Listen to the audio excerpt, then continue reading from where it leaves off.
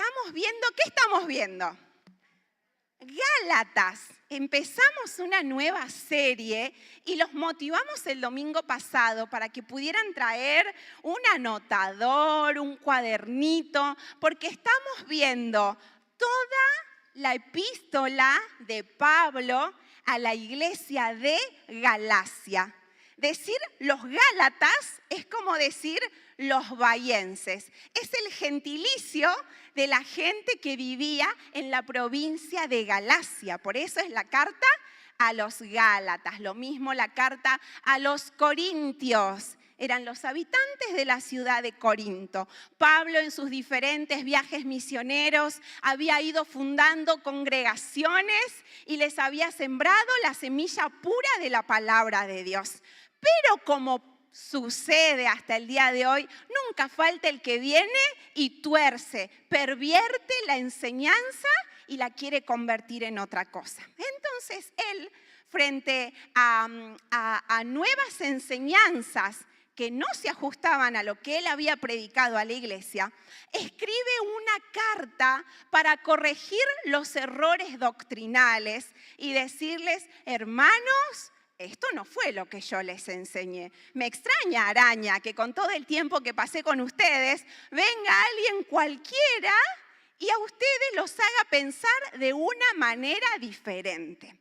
El domingo pasado, el pastor nos enseñaba que qué era lo que predicaban diferente. Él había predicado el evangelio de la gracia. Solo por la fe en Jesús somos salvos. Pero como dentro de los primeros creyentes habían ex judíos que se habían convertido, ellos decían, no, con la fe en Jesús no alcanza. También hay que guardar lo que manda la ley, ¿sí? Entonces, ¿qué querían hacer? Judaizar a los nuevos cristianos, a esos gentiles, y les decían, no, vos te tenés que circuncidar, no, vos chanchito no podés comer, vos esto no. Entonces, ¿en qué transformaban el evangelio? En un montón de normas para seguir y se olvidaban de la fe pura en Jesús. Eso es lo que aprendíamos el domingo pasado. Ahora vamos a estar viendo lo que sigue, así que los invito a que abran sus Biblias.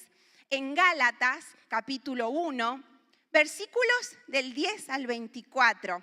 Yo sé que capaz no estamos acostumbrados a este tipo de sermones. Son sermones expositivos, donde uno va leyendo la palabra de Dios y aclarando punto por punto. Y saben que es muy interesante, porque hay tanta riqueza en versículos que capaz ya los hemos leído en algún momento, pero que los pasaste de largo y ahí había una perla, ahí había un tesoro por descubrir. Yo tengo la versión NTV, en cualquiera de sus Biblias se entiende igual, pero acá en la pantalla va a figurar la versión que yo les voy a compartir, así que o me acompañan desde la pantalla o desde sus Biblias. Dice así la palabra del Señor. Gálatas 1, del 10 al 24. Queda claro que no es mi intención ganarme el favor de la gente, sino el de Dios. Tranqui, arranca él. Pará, hay que decirle a Pablo. Dice, si mi objetivo fuera agradar a la gente, no sería un siervo de Cristo. No me importa lo que opinen de mí. ¿A quién le importa? Sí, no le importaba. Dice, amados hermanos, quiero que entiendan que el mensaje del evangelio que predico no se basa en un simple razonamiento humano. No recibí mi mensaje de ninguna fuente humana, ni nadie me lo enseñó. En cambio, lo recibí por revelación directa de Jesucristo. Ustedes saben cómo me comportaba cuando pertenecía a la religión judía y cómo perseguí con violencia a la iglesia de Dios. Hice todo lo posible por destruirla. Yo superaba ampliamente a mis compatriotas judíos en mi celo por las tradiciones de mis antepasados. Pero aún antes de que yo naciera, Dios me eligió y me llamó por su gracia maravillosa. Luego le agradó revelarme a su Hijo para que yo proclamara a los gentiles la buena noticia acerca de Jesús. Cuando esto sucedió, no me apresuré a consultar con ningún ser humano. Tampoco subí a Jerusalén para pedir consejo de los que eran apóstoles antes que yo. En cambio, me fui a la región de Arabia y después regresé a la ciudad de Damasco. Luego, 3 años más tarde, fui a Jerusalén para conocer a Pedro y me quedé 15 días con él. El único otro apóstol que conocí en esos días fue Santiago, el hermano del Señor. Declaro delante de Dios que no es mentira lo que les escribo. Después de esa visita me dirigí al norte, a las provincias de Siria y Cilicia. Y aún así, las iglesias en Cristo que están en Judea todavía no me conocían personalmente. Todo lo que sabían de mí era lo que la gente decía. El que antes nos perseguía, ahora predica la misma fe que antes trataba de destruir. Y alababan a Dios por causa de mí. Amén. Esto es palabra de Dios. El apóstol Pablo relata en varios momentos del Nuevo Testamento su conversión. Los que han leído Hechos de los Apóstoles saben el famoso episodio donde él va directo con unas cartas para apresar creyentes, porque esos eran sus planes, y Dios lo tira del caballo, lo enceguece y le dice: ¡hey! Me estás persiguiendo a mí. Dios se le revela de una manera, wow. Es que yo pienso que él era tan duro que nadie que hubiera querido predicarle, convencerle, iba a lograr su objetivo, ¿sí? Entonces, él ya contó su testimonio, pero en este caso, cuando él cuenta cómo se convierte al Señor, no lo hace para decir, bueno, yo quiero que me conozcan, les voy a contar mi testimonio. Tampoco lo hace para engrandecerse. Tiene un propósito, porque yo les dije que es una carta destinada a corregir enseñanzas que estaban entrando a la iglesia. ¿Para qué hace? En primer lugar, cuenta su testimonio para desmentir la idea de que él llegó al Evangelio, a este mensaje a través de su propia reflexión, de su propio razonamiento. ¿Qué pasa? Estos judaizantes decían, no, las cosas que enseña Pablo en realidad, él enseña eso porque todo proviene de su reflexión, de su razonamiento, pero no es así, decían los que estaban en contra de Pablo. Y él dice, ustedes saben lo que yo era antes de convertirme, o sea, nada que ver con el Evangelio. Yo nunca por mis propios medios, pensando, meditando, ¿será esta la fe verdadera? Él nunca hubiera llegado al conocimiento de Cristo. Él dice, esto a mí me vino por una revelación directa. Vieron que hay mucha gente que tiene inquietudes de fe y estudia. ¿Vieron esos que estuvieron metidos en todas las religiones? Hay gente con inquietudes religiosas, investiga. No, él era un judío convencido y él jamás, si Cristo no se le hubiera revelado de esa manera, hubiera llegado a una comprensión de esta fe. Entonces, él desmiente lo que decían acerca de él, de que el mensaje que él enseñaba de la gracia de Dios, que no era necesario circuncidarse, que no era necesario guardar los reglamentos de la ley, eso no vino de su propio razonamiento, sino que fue de Dios. ¿Sí? Ahora, ¿qué más hace al relatar su testimonio? Es decir, a mí tampoco me enseñaron otros apóstoles. ¿Vieron cómo él dice enfáticamente? Yo no fui a consultarle a nadie a Jerusalén, ningún apóstol tuvo contacto conmigo. ¿Cuántos años pasaron desde que él tiene el episodio con Cristo hasta que va a conocer a Pedro? 3 años. Quiere decir que todo el evangelio que él predicaba no le había sido transmitido por un apóstol. ¿De quién vino toda la revelación? Del mismo Cristo que se le apareció en el camino, ¿sí? Y entonces él dice, yo no fui entrenado por nadie, queridos. Pero ¿qué más muestra? Que el evangelio que él predicaba concordaba con lo que los otros apóstoles estaban enseñando. A ver, si yo estoy enseñando algo que nada que ver, ¿a ustedes les parece que yo quiero ir a conocer a los apóstoles? o que mejor les huyo, porque mi evangelio, lo que yo enseño, no tiene nada que ver con lo que enseñan ellos. No, olvídate. Pero él fue a propósito para conocer a Pedro, se quedó con él y dijeron, estamos todos en la misma sintonía. ¿Viste cuando vos te encontrás con alguien de otra congregación y vos decís, pero él tiene su pastor, yo tengo el mío, pero estamos los dos en la misma armonía?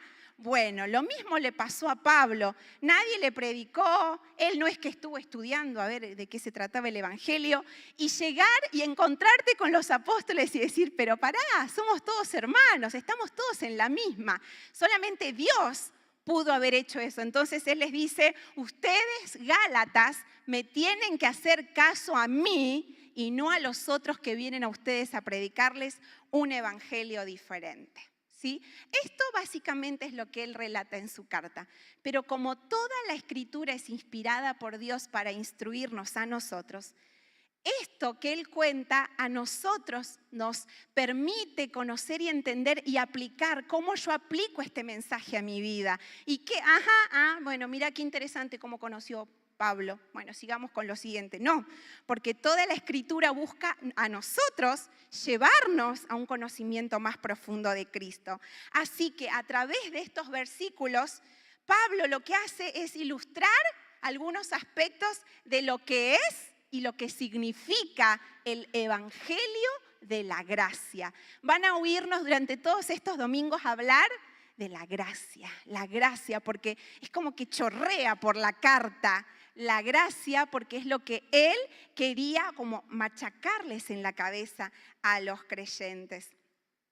Entonces, en esta mañana lo que vamos a hacer es ilustrar algunos aspectos de lo que es y significa este evangelio de la gracia. Y en primer lugar, lo que nos enseña Pablo en estos versículos es que la gracia de Dios es para todos. La gracia de Dios se ha derramado en Cristo Jesús para cada uno. Él cuenta que él era una persona súper religiosa. Y vieron que nosotros tenemos en la idea, en la cabeza la idea de que si es una persona religiosa necesariamente es buena, ¿o no? No, va siempre, no sé, se congrega, va a misa, ¿no? Es muy creyente. Y es como que asociamos que una persona sea religiosa a que haga cosas buenas.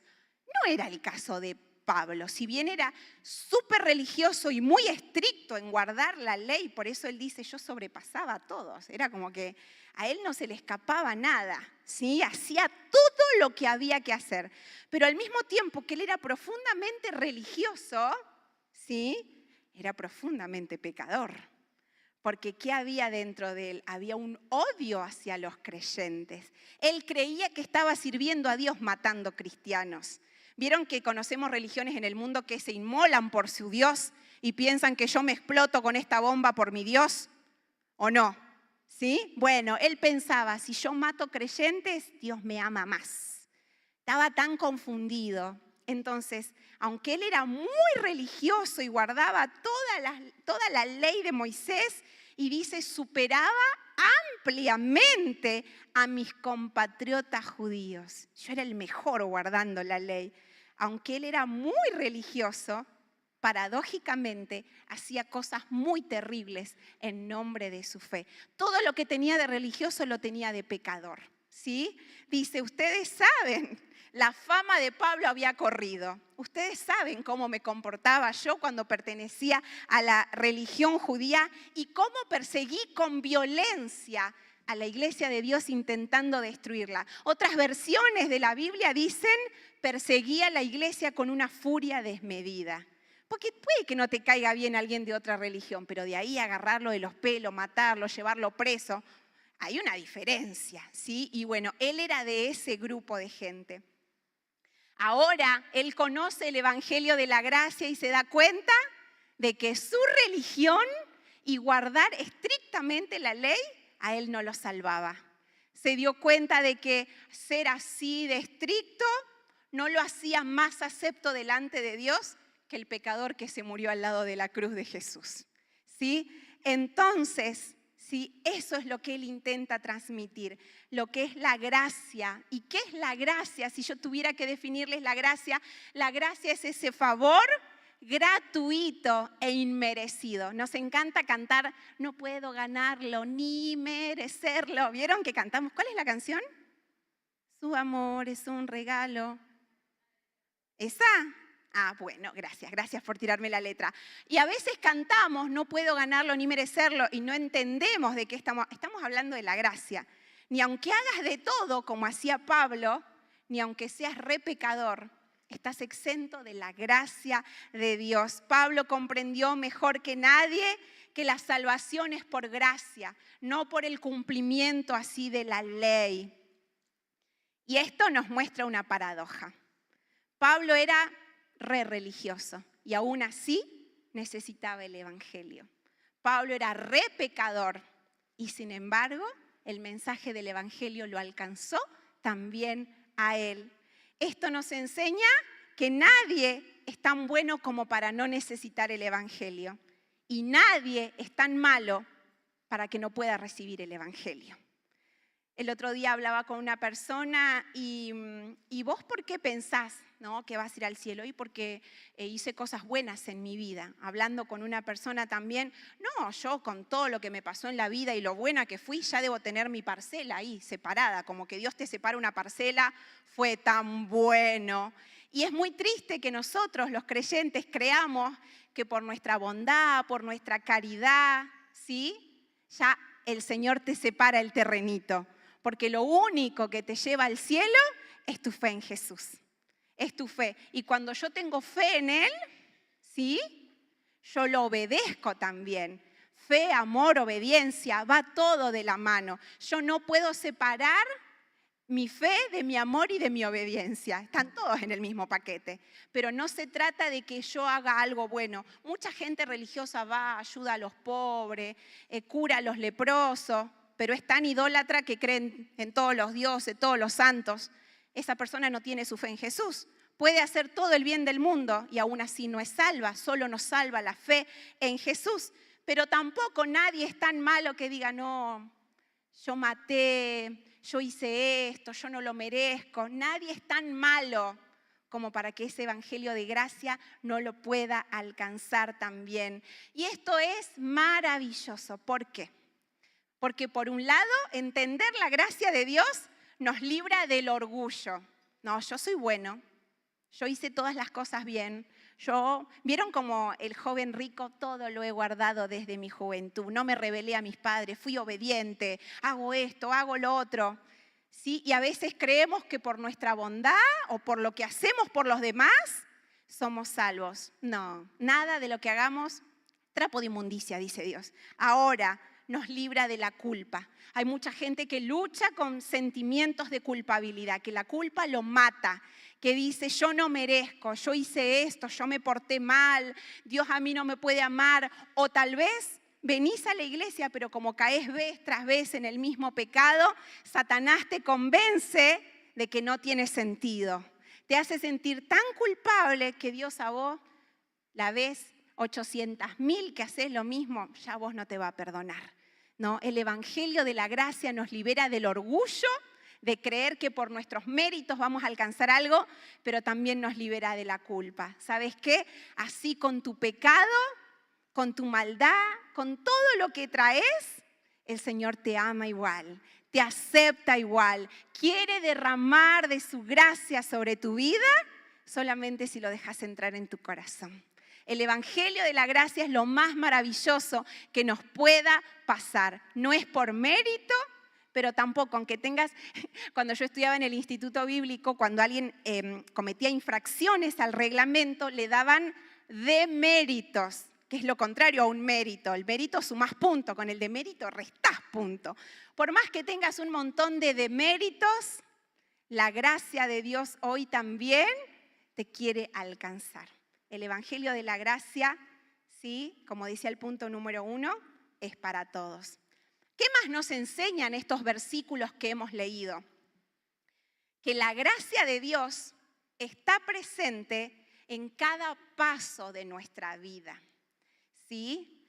Pablo entiende, por lo que escribe en la carta, que la gracia soberana de Dios estuvo trabajando en su vida antes de que Él se convierta. En el versículo 15 dice, pero aún antes de que yo naciera, Dios me eligió y me llamó por su gracia maravillosa. ¿Sí? Aunque Pablo había estado resistiendo a Dios, porque oponerse a Cristo, oponerse al Evangelio era oponerse a Dios, y estaba haciendo mucho daño, Dios estaba usando todas sus experiencias y todos sus fracasos para prepararlo, primero para el momento de su conversión y después para hacer de él un predicador de la gracia de Dios. A veces no entendemos las cosas que pasan en nuestra vida, ¿sí? Creo que todos ¿quiénes de acá se convirtieron al Señor ya de adultos, ya con una vida media hecha? ¿Sí? ¿Y cuántos no sintieron en el corazón, me hubiera gustado conocerlo de más joven? ¿Cuántos no han dicho, me hubiera librado de algunas malas decisiones, me lamento, me hubiera gustado que me lleven a la escuela dominical? Es como que uno dice, ay, cuánto tiempo perdido, ¿sí? Que muchos que nacen en el Evangelio no lo valoran, ¿sí? Pero ya cuando sos grande decís, bueno, ahora todo lo que pasó en tu vida, incluso antes de que conocieras al Señor, fue orquestado por Dios. Todo fue permitido por Dios. Todo te llevó al punto donde estás hoy. ¿Sí? Es lo que Él dice. ¿Por qué? Porque Él, después de haber sido un verdugo de cristianos, Él fue víctima después de los otros que lo maltrataron. Pero Él pudo, después de lo que Él vivió, Él pudo entender, vale la pena, si me tienen que apedrear, si tengo que quedar medio muerto. Vale, es como que se le dio vuelta todo a Pablo, ¿sí? Dios está obrando todo el tiempo, todo el tiempo. ¿Y cuándo fuimos elegidos? ¿Cuando te convertiste a los 30 años? No, querido, Dios te eligió antes. Antes de que nazcas ya estabas elegido. Después fuiste llamado, pero elegido fuiste antes, ¿sí? Y esto que Él refleja acá, se repite varias veces en la Biblia, que Dios obra para bien incluso en los momentos malos que vivimos, o por malas decisiones, o por cosas que no tuviste nada que ver, igual llegaron a tu vida. Porque a veces decís, no es por tu pecado, no es por nada, y nos toca vivir sufrimientos o episodios que quisiéramos no vivir. ¿Sí? Si ustedes están haciendo la lectura bíblica anual, estamos más o menos por la historia de José. ¿Andamos por ahí los que estamos haciendo la lectura? José, qué personaje amado por Dios y odiado por los hermanos, ¿sí? Ustedes conocen su historia, como él, de ser el hijo favorito y tener la túnica de colores de su padre, pasó a ser esclavo en Egipto y de ser esclavo en Egipto a la cárcel por algo que él no había hecho, no tenía la culpa, ¿sí? Y en todo momento, dice la Biblia, pero Dios estaba con él. Y a veces uno se cuestiona, ¿cómo Dios, si está conmigo, va a permitir este sufrimiento en mi vida? Es que Dios nunca deja de estar. Aunque estemos sufriendo y aunque estemos pasando cosas malas, no deja de estar. ¿Cómo el favor de Dios? Se comió como 10 años de cárcel, José. Y no hizo nada. Es que Dios se toma mucho tiempo para hacer algo en un instante. Dios se toma mucho tiempo para llevarlo de ahí a ser el segundo en Egipto después del faraón. ¿Era necesario, Señor? ¿Había necesidad? Es que Dios, hasta que no lleva a la persona a la humillación y al quebranto, no lo puede usar, ¿sí? Entonces, esto se repite vez tras vez en la Biblia y es para nuestra enseñanza. Todos los episodios de nuestra vida están orquestados por Dios, permitidos, todos forman parte de su perfecto plan. Dios, después de que José padeció todo y los hermanos fueron descubiertos y se sentían culpables, Él les dijo, quédense tranquilos. Tengo el versículo acá. Ustedes se propusieron hacerme mal, pero Dios dispuso todo para bien.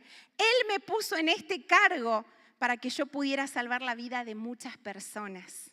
Él entendió todo. Lo entendió cuando estaba en la cárcel, lo entendió cuando estaba sufriendo, lo entendió cuando estaba enfermo. No, ¿cuándo lo entiende uno? Después. ¿Sí? Y acá él dice, ¿sí? Pablo, ustedes saben lo que yo era antes, pero Dios en su gracia me eligió antes de que yo nazca y me llamó para ser un predicador a los gentiles. ¡Qué loco! Si es una persona que, ¿vieron cuando te conocen después de que, te encuentran después de que te convertiste y no pueden creer vos en una iglesia? Si yo te conozco, yo sé la plaga que vos eras, como que no pueden creer. ¿Qué haces ahora ahí? Era lo que le pasaba a Pablo, como que no podían creerlo de él. ¿Sí? El plan de Dios iba mucho más allá de lo que él podía ver cuando estaba persiguiendo cristianos. Yo me imagino después el arrepentimiento, porque él mató gente. ¿Qué culpa? Yo no sé, nunca me entrevisté con alguien que haya matado a otra persona, pero qué culpa que puede haber en una persona que haya matado a alguien. Él mató hermanos en la fe, pero Dios lo redimió incluso de ahí y después lo hizo padecer por causa de Cristo. Esto nos muestra que las adversidades y la aparente oposición a Dios que Él manifestó, lo único que hacen es impulsar más su plan. Ves a tu hijo rebelde, a tu hija que te hace la vida añicos y decís, Señor, ¿cómo esto puede formar parte de tu plan, Padre? Yo quisiera que hoy cambies el corazón de piedra, ¿sí? La aparente oposición a Dios en un momento se puede dar vuelta. ¿Cuándo? Solamente Dios lo sabe, ¿sí? Todo lo que trata de oponerse a Dios después termina impulsando más su plan. ¿Se acuerdan en la campaña? La campaña del año pasado que hicimos en marzo fue declarada de interés municipal. Eso significaba, teóricamente, que de los medios de comunicación se iban a contactar con nosotros para difundir lo que estábamos haciendo. Eso es lo que hacen. Cada vez que algo en la ciudad es declarado de interés municipal, las televisoras se acercan y entrevistan a las personas que van a hacer algo para difundir el evento. Pues nuestro evento nadie lo difundió. Nadie se acercó a hablar con nosotros, a nadie le interesó hacernos propaganda y nos hicieron la propaganda gratis, hermanos. Después de todas las denuncias que nos comimos, al otro día de la campaña teníamos ahí filmándonos la campaña. Y todos los que no se habían podido enterar que había campaña, se enteraron que había campaña. ¿Sí?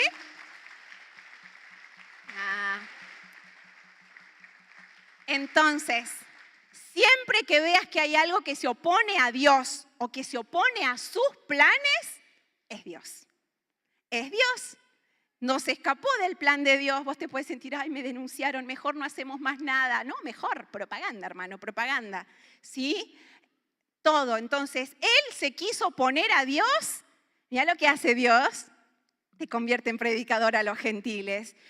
Mira el corazón rebelde que tenés ahí en tu casa. Predicador, líder. ¿Sí? Entonces, Dios, ¿sí? En su gracia está presente en cada paso de nuestra vida, porque el que fue elegido, ¿sí? Ahora, ¿qué más nos enseña esta porción? Que fuimos elegidos solo por gracia. Muchas veces nos preguntamos que la elección de Pablo, o no nos preguntamos, nos decimos que la elección de Pablo por parte de Dios fue súper estratégica, porque él era una persona muy preparada. Él había estudiado en la mejor escuela rabínica de su época, era discípulo de Gamaliel, que era como, ¡wow!, una eminencia, ¿no? Él era ciudadano romano y uno dice, mira, Dios lo eligió porque era una persona erudita y Dios lo eligió porque, bueno, era ciudadano romano y Dios como que hay cosas en algunas personas que las hacen más valiosas para que Dios las elija o no las elija, ¿sí? Ahora, nada tiene que ver lo que nosotros seamos, ¿sí? Para que Dios nos elija, porque Dios elige a las personas porque quiere, ¿sí? diríamos en castellano, porque se le canta. ¿Sí? No es que hay algo en mí que a Dios le va a ser de utilidad y por eso te va a elegir, porque cantás como los dioses, y te elijo porque sabés hablar inglés y me sos muy útil, porque Dios puede usar a la persona más ignorante del mundo para sus propósitos, ¿sí? Dios elige a la persona porque quiere, ¿sí? Ahora dice ahí el versículo 15, Dios me eligió y me llamó por su gracia maravillosa. Dios derramó de su gracia sobre Pablo, no porque él se lo mereciera, sino porque a Dios le agradó hacerlo así. Dice el libro de Deuteronomio, capítulo 7, versículos 7 al 8a, o sea, la primera parte del versículo 8. Moisés le habla al pueblo de Israel y le dice, el Señor no te dio su amor ni te eligió porque eras una nación más numerosa que las otras naciones, pues tú eras la más pequeña de todas. Más bien fue sencillamente porque el Señor te ama y estaba cumpliendo el juramento que les había hecho a tus antepasados. Dios no nos ama porque le seamos útiles. ¿Sí? No te ama porque sos inteligente, carismático, porque tenés buena llegada con la gente, porque sos una persona tan diligente. Dios no te ama por nada de eso. No te ama por tu talento. Te ama porque a Él le place.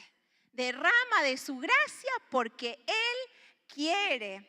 ¿Sí? Y hay un versículo que a mí me encanta y ojalá todos lo puedan marcar en sus Biblias, que se encuentra en Efesios capítulo 3, versículo 18, es el mismo apóstol Pablo hablando y dice, espero, de corazón espero, que puedan comprender como corresponde a todo el pueblo de Dios cuán ancho, cuán largo, cuán alto y cuán profundo es su amor.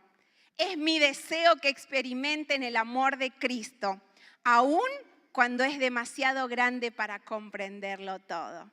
No vas a entender el amor de Dios. Creo que aunque hagamos el esfuerzo, ¿por qué? Porque nosotros solamente podemos medir el amor en términos humanos. Y el amor humano es tan chiquitito, a mis hijos apenas, y cuando se portan bien, decía, cuando se portan mal los querés regalar, ¿sí? Porque nuestro amor, nuestra paciencia, así, ¿sí? Ahora el amor de Dios dice cuán ancho, largo, profundo, tiene todas las dimensiones, pero ¿sabes qué? Es demasiado grande para entenderlo todo. Solamente el amor de Dios, y me encantó esta frase que dice, el amor de Dios es el único amor del que siempre podremos estar seguros, ya que es el único amor que no es posible que podamos perder. El amor de Dios, ¿vieron cuando dicen el amor de una madre? Hay madres que abortan voluntariamente, así que ni siquiera el amor de una madre se compara al amor de Dios. No. ¿Cuántas madres han echado a sus hijos? No, el amor de Dios no es como el amor de una madre. El amor de Dios es el único amor del que siempre podremos estar seguros. No porque Él me ama, nunca me va a dejar. No porque mis hijos, todo por mis hijos, crecieron y si te pueden abandonar ahí tirada en un geriátrico. No podemos estar seguros del amor de nadie, excepto del amor de Dios.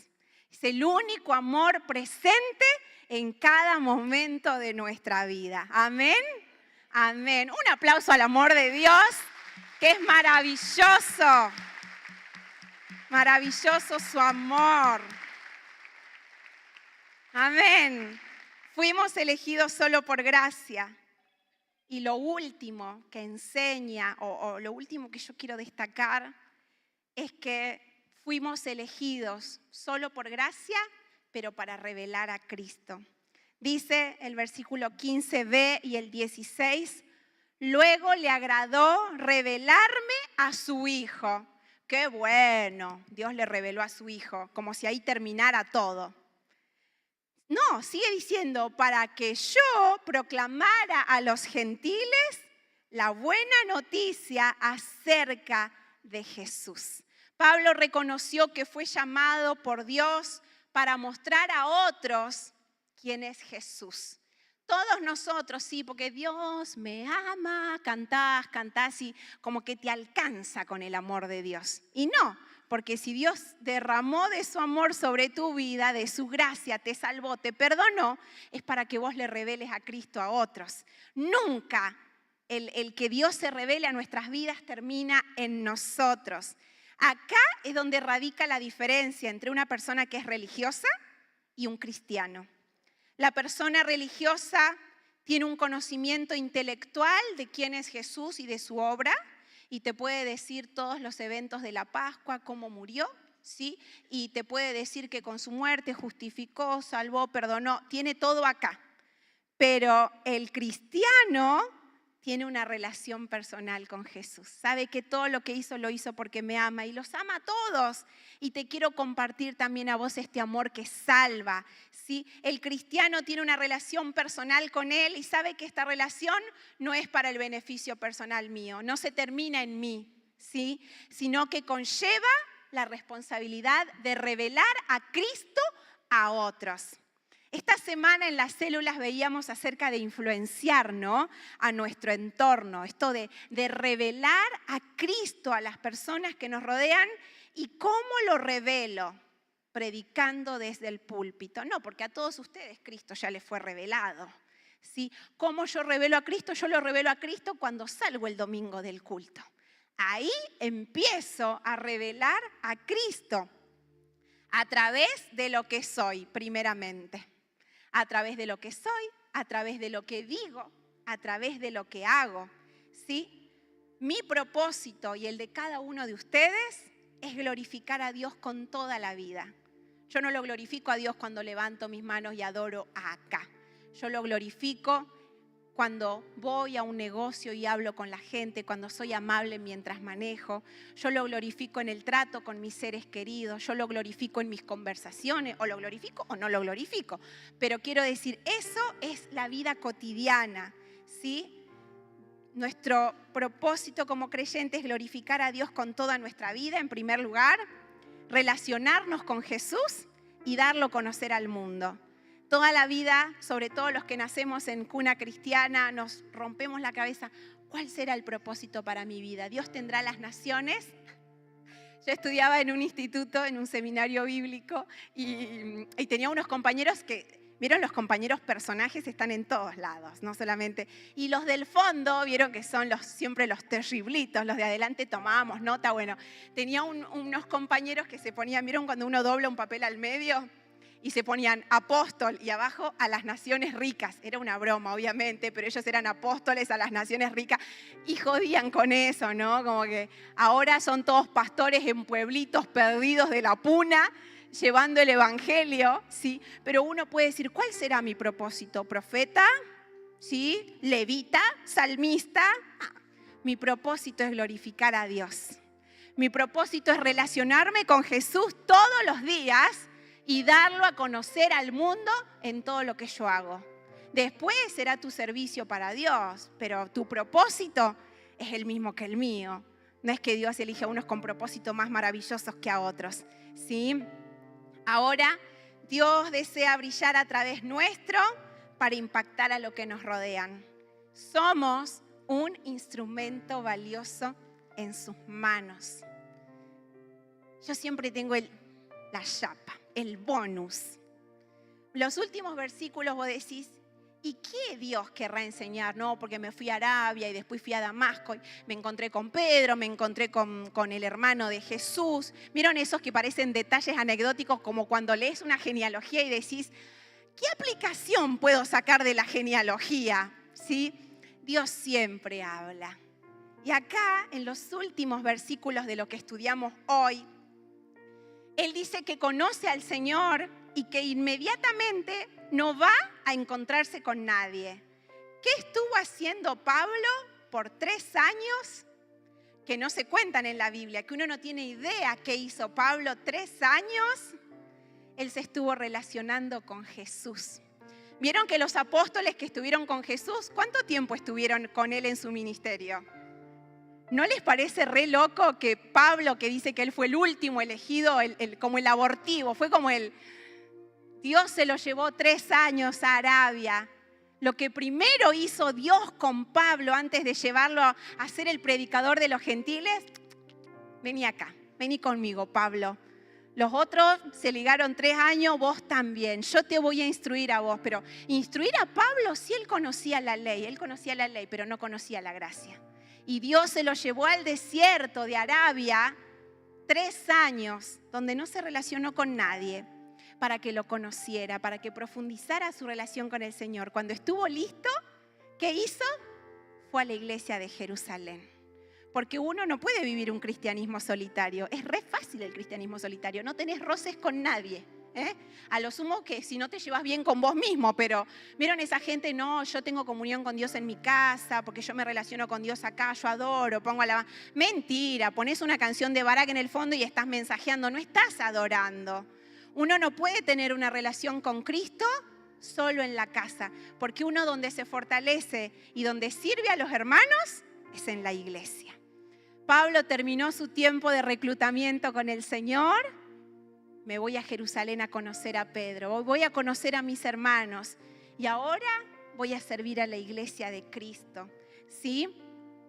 Un tiempo a solas con Dios es fundamental para la vida cristiana. Están los que vienen a esta iglesia y ya quiero servir, pastor, si usted no me pone a servir, yo me apago, el fueguito se me...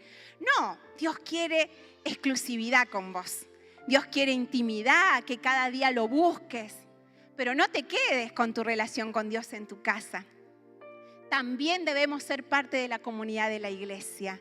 También tenemos que venir acá, ¿sí? Basta de estar buscando el lugar que se ajusta a lo que a mí me gusta. ¿Vieron esas personas que buscan encontrar el lugar acá? Y ¿saben qué? En todos los lugares hay falla, en todos los lugares hay errores, en todos los lugares va a encontrar gente que no te cae bien. Lo importante es arraigarme en una comunidad de cristianos que esté viva. Lo importante es arraigarme en una comunidad de cristianos que busque la santidad y que quiera servir a Dios. Si encontraste ese lugar y ese lugar es este, yo te felicito. Adelante, es momento de servir a la iglesia como lo hizo Pablo, ¿sí? Cuando nuestra vida cristiana está arraigada en una profunda relación con Jesús como la que tuvo Pablo, pero también está en unidad con la iglesia y al servicio de los creyentes, tu vida le va a dar la gloria a Dios. Y la gente le va a dar la gloria a Dios por tu vida, porque termina diciendo, no me conocían personalmente, solamente sabían de mí lo que se decía. El que antes nos perseguía, ahora está predicando esta misma fe. Y alababan a Dios. Cuando mi vida se encontró con Cristo, cuando entendí lo que es la gracia, cuando encontré un lugar donde arraigarme y servir, los demás le van a dar la gloria a Dios por nuestras vidas. Nuestra vida le va a dar la gloria a Dios. Recapitulando, la gracia de Dios es para todos. Mi mamá me cuenta que ella, de joven, trabajaba en una verdulería y su patrón tenía una cadena de verdulerías. Y ella se convierte y como todo recién convertido, ¿qué le querés hablar a todo el mundo de Jesús?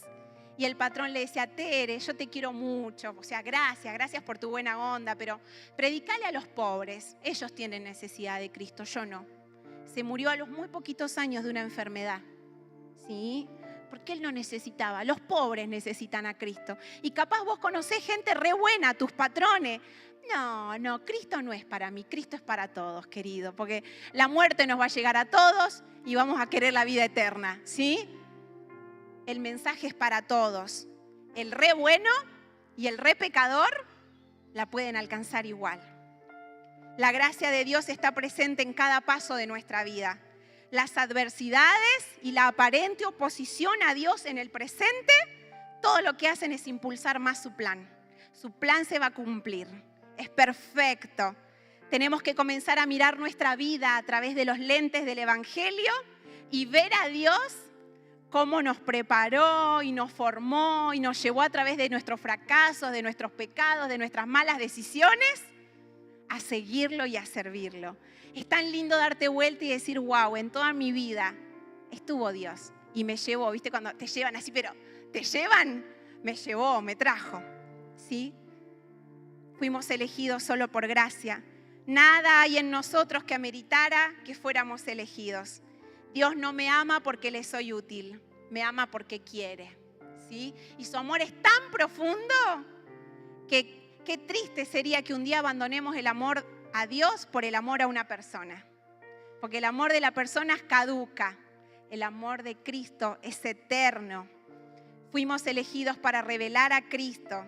Es el tiempo de llevar a cabo en esta tierra el propósito divino por el cual Dios te eligió y te llamó. No estás por casualidad en el entorno donde vivís, lo vimos en la célula. Tu club, tu barrio, tu manzana, uy, esa vieja que la vecina que te tocó. No es casualidad, sí, a veces sos un vecino tan bueno, tan lindo. Todos quieren un vecino Sergio en sus vidas. Pero ¿vieron cuando uno le toca el vecino difícil, el de la medianera de al lado, que te hace la contra, te pone la cumbia al palo, te tira la basura? Llévatelo, Señor. Está ahí. Ay, nosotros teníamos en Cerri la iglesia y al lado un vecino. Ay, por Dios, era lo más malo. Muy malo, ¿sí? Y uno sembrando amor, sembrando amor, sembrando amor. El vecino se fue, se mudó. Pero todo lo que nos odió después ahora se transformó en que nos encontramos y está todo bien, ¿sí? No estás donde estás por casualidad. Estás para traer salvación, luz y esperanza a los que necesitan. Y por último, de mi chapa que les di, necesitamos el tiempo de exclusividad con Dios. Qué bueno que tengas tu tiempo con Dios, pero no te cebes quedándote en tu casa porque tu comunión está en tu casa. No, congregate, sé parte, está en un lugar, arraigate, serví. Para eso te llamó Cristo. Quiero pedirles que se pongan en pie. ¿Vieron cuántas cosas se pueden sacar de algunos versiculitos? Me encanta. Uno le saca el jugo y dice, wow, cuánto el Señor me habla. Por eso yo los animo a los que hacen la lectura bíblica anual, que se detengan en cada versículo. Señor, este versículo lo pasé de largo. ¿Hay algo acá escondido que tenga un mensaje para mí? ¿Sí? Siempre hay algo que tiene un mensaje para vos. Vamos a orar por esta palabra, ¿sí? Bendito Señor y Padre Celestial, te damos tantas gracias porque tu palabra una vez más fue compartida, Señor, y estamos viendo cuánto ella tiene para decirnos. Señor, cuánto contenido hay que hoy estamos exprimiendo, sacando y decir, wow, Señor, cuán grande es tu gracia, cuán grande es tu amor, cuán grandes tus propósitos que no logramos entender, Señor. Dios mío, en esta mañana nos has hablado, Señor, acerca de que todos necesitamos de la gracia. Todos necesitamos un Salvador en nuestras vidas. No importa que hayamos hecho todas las cosas bien en nuestra vida, yo te necesito, mi Salvador. No importa cuántos pecados haya cometido, Señor, tu gracia también es para mi vida. Decirle, Señor, tu gracia también es para mi vida. Tu gracia ha cubierto la multitud de mis pecados. Señor, gracias por tu amor que has derramado. Yo te pido, Señor, en esta mañana que todo sentimiento de culpabilidad por los fracasos, por los errores, por los pecados, Señor, que se repiten los mismos vez tras vez, tú quites del corazón de mis hermanos, Señor. Quita el orgullo de pensar que hay un mérito para ganar tu amor, pero quita también, Señor, el sentimiento de la culpa. Señor, que podamos vivir en libertad porque tú nos hiciste libre, Señor, de la esclavitud del pecado, libre de la culpa, libre de los mensajes que Satanás nos quiere mandar de que no merecemos tu amor, Señor. Dios mío, porque tu amor se ha derramado sobre cada uno de nuestros corazones y es tan grande, tan alto, tan profundo, Señor, que nunca lo vamos a alcanzar a comprender. Dios mío, yo te pido, Jesús, que en esta mañana cada uno de nosotros podamos ver nuestras vidas a través de esos lentes del Evangelio que nos muestran que todo lo que ha ocurrido en nuestra vida, Señor, ha sido orquestado por ti, ha sido permitido para llevarnos al punto donde nos encontramos hoy.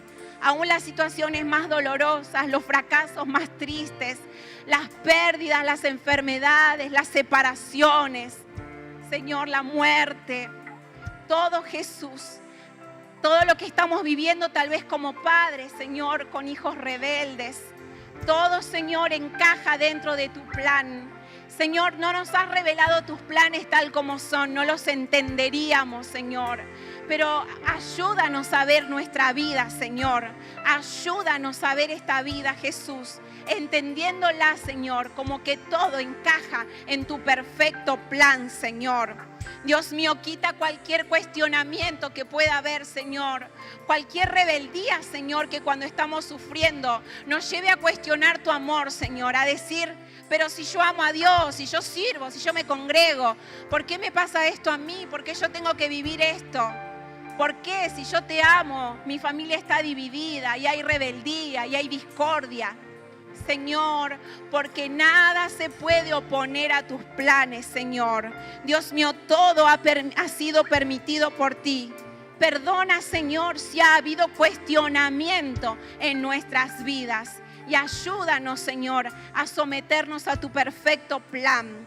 Oh, Dios mío, oro para que cada uno de mis hermanos comprenda, Señor, cuán ancho, cuán largo, cuán alto y cuán profundo es tu amor, Señor.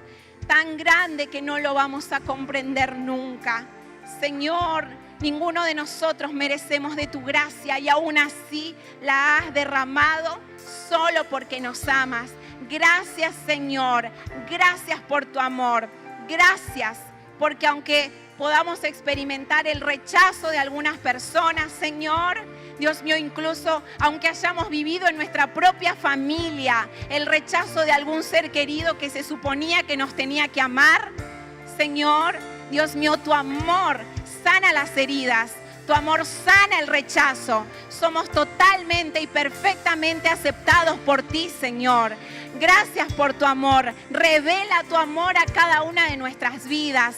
Señor, sana cualquier dolor del alma, Jesús. Llena los corazones. Que no haya sentimiento de orfandad, que no haya sentimiento de abandono, porque tú, Señor, nos has recogido con tus brazos de amor. Oro, Señor, para que nos des compasión por los perdidos, para que no nos conformemos con haber sido elegidos y llamados, porque lo hiciste, porque tienes planes que exceden nuestras propias vidas, Señor.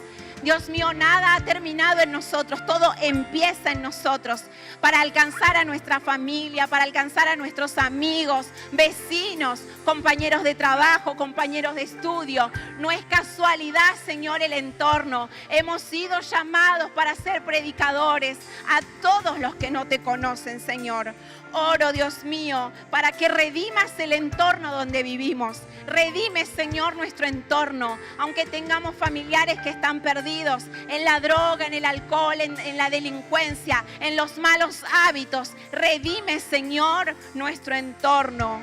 Señor, clamamos por la tierra donde nos pusiste. Clamamos por Villa Recia, Señor, por Villa Delfina, Villa Rosas, Barrio San Martín, Barrio Gris, más barrios, Señor. Dios mío, todos estos lugares sean redimidos por ti y cada uno de nosotros sea un reflejo de tu gloria al lugar donde vayamos.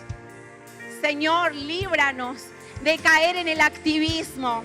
Líbranos de creer, Señor, que no hace falta pasar tiempo contigo, que todo lo que importa es servir. Llévanos a ese tiempo de exclusividad en tu presencia, Señor. Atráenos a ti.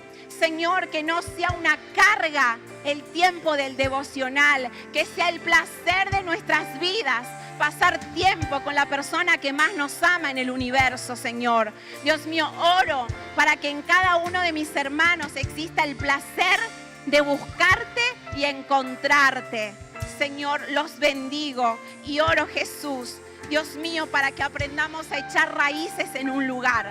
Dios mío, para que busquemos el congregarnos, que busquemos ser parte de una iglesia y que te sirvamos unos a otros en amor. Señor, que tu palabra, Señor, comience a trabajar en lo profundo de cada corazón, Señor. Trabaja, Señor, en nuestras vidas. Dios mío, y que esto, Jesús, nos ayude a seguir creciendo en ti. Me gustaría saber si en esta mañana hay alguna persona que nunca le entregó el corazón a Jesús. Si nunca fuiste guiado por otro a recibir a Jesús en tu corazón, a dejarle un lugar en tu vida, a decirle, acá estoy, me rindo. ¿Hay alguien en esta mañana que nunca fue guiado en una oración para recibir a Jesús? Qué bueno, qué bueno. Pero no termina en la oración. Busca cada día que Cristo se revele a tu vida, que Él revele cuánto te ama. Porque cuando entiendas cuánto te ama, no te va a pesar la vida cristiana. No te va a pesar. ¿A cuánto les encanta estar con las personas que aman? Ay, quiero pasar más tiempo. Y cuando uno valora a la familia, quiere pasar más tiempo con la familia, ¿o no? Bueno, que quieras pasar tiempo con el que más te ama, ¿sí? Y que cada día Él se revele a tu corazón. Vamos a adorar con esta canción, ¿sí?